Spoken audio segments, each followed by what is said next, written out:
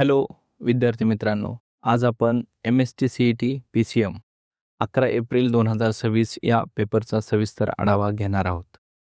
पेपरचा difficulty level काय होता, कोणता सब्जेक्ट सोपा किंवा अवघड होता आणि स्टुडंट्सनी किती स्कोअर एक्सपेक्ट करू शकतात याबद्दल आपण समजून घेऊ. या वर्षीचा पेपर एकूण मॉडरेट लेवलचा होता. ना तो खूप सोपा होता ना खूप कठीण.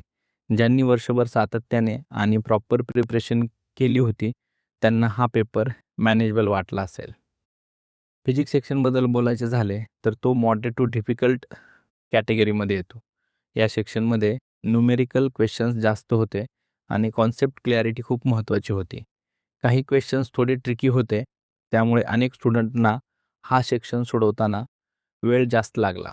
त्यामुळे फिजिक्स हा सब्जेक्ट रँक डिसाइडिंग फॅक्टर ठरू शकतो. केमिस्ट्री सेक्शनबाबत मात्र तुलनेने सोपा होता. तो इझी टू मॉडरेट लेवलचा होता आणि बहुतांश क्वेश्चन्स NCERT बेस्ड आणि डायरेक्ट होते. ऑर्गॅनिक, इनऑर्गॅनिक आणि फिजिकल केमिस्ट्री हे तिन्ही भाग बॅलन्स पद्धतीने विचारले गेले होते. त्यामुळे हा सेक्शन विद्यार्थ्यांसाठी एक चांगली स्कोरिंग ऑपॉर्च्युनिटी ठरला. मॅथमॅटिक्स सेक्शनबद्दल बोलायचे झाले तर तो मॉडरेट पण लेंदी होता. कॅल्क्युलस आणि अल्जेब्रा या टॉपिक्सवर जास्त भर देण्यात आला होता. क्वेश्चन्स खूप कठीण नव्हते, पण पेपर मोठा असल्यामुळे टाईम मॅनेजमेंट आणि स्पीड खूप महत्त्वाची होती. ज्यांची स्पीड आणि ॲक्युरसी चांगली होती त्यांना मॅथ्समध्ये चांगला स्कोअर मिळवला असेल. टाईम मॅनेजमेंटच्या दृष्टीने पाहता ज्या विद्यार्थ्यांनी तिन्ही सब्जेक्ट चांगल्या प्रकारे बॅलन्स केले त्यांचा पेपर अधिक चांगला गेला असेल. फिजिक्समध्ये जास्त वेळ गेला, केमिस्ट्रीने वेळ वाचवला आणि मॅथ्समध्ये स्पीडची गरज भासली.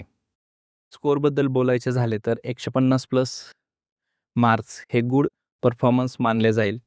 170+ मार्क्स म्हणजे व्हेरी गुड परफॉर्मन्स, तर 180+ मार्क्स हे एक्सलन्स स्कोअर समजले जाईल. शेवटी या पेपरबद्दल एकंदरीत निष्कर्ष असा की पेपर बॅलन्स होता. फिजिक्सने रँक ठरवली, केमिस्ट्रीने मार्क्स वाढवले आणि मॅथमॅटिक्सने स्टुडंटची स्पीड आणि ॲक्युरसी टेस्ट केली. धन्यवाद.